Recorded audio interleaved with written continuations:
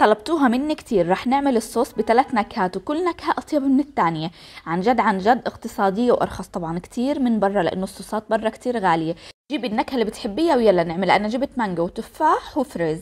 هلا هون جبت كوب من السكر، رح أحط عليه كوب من المي. هلا هيك بدي أروح أرفعه على الغاز. لازم أحط عليه أول شي مع حوالي معلقتين من عصير الليمون أو حمض الليمون، ما في أي مشكلة، وخليه يغلي غلي على الغاز.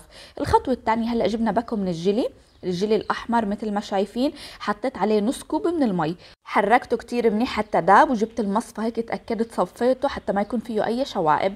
هلا مثلا بدنا نعزز اللون، فينا نحطه ونزود عليه لون احمر صحي، ما في اي مشكله، فيكم تستغنوا عنها هاي الخطوه، انتم حرين. هلا انا جبت معلقه من النشا صغيره حطيتها فوق الخليط الجيلي وحركتها كتير منيح حتى داب منيح. خليت طبعا المي والسكر لحالهم يغلوا 5 دقائق، بعدين ضفت الجيلي. بعد ما ضفت الجيلي كمان خليت الجيلي والمي والسكر يغلوا 5 دقائق.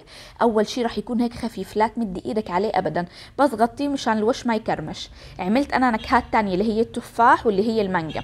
طبعا خليتهم يبردوا حوالي ساعة، وبعد ساعة دخلتن على الثلاجة. خليتن بالثلاجة حوالي نص ساعة مشان ما يتقل معنا كتير، لو خليتوه بالثلاجة حيتقل كتير.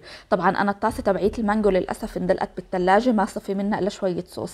المهم فداكو، شوفوا ما شاء الله هذا هو القوام، فيكم تستخدموه لجميع انواع الحلويات. اكتبوا لي رأيكم بالوصفة، لا تنسوني من لايك ومشاركة، بحبكم بالله.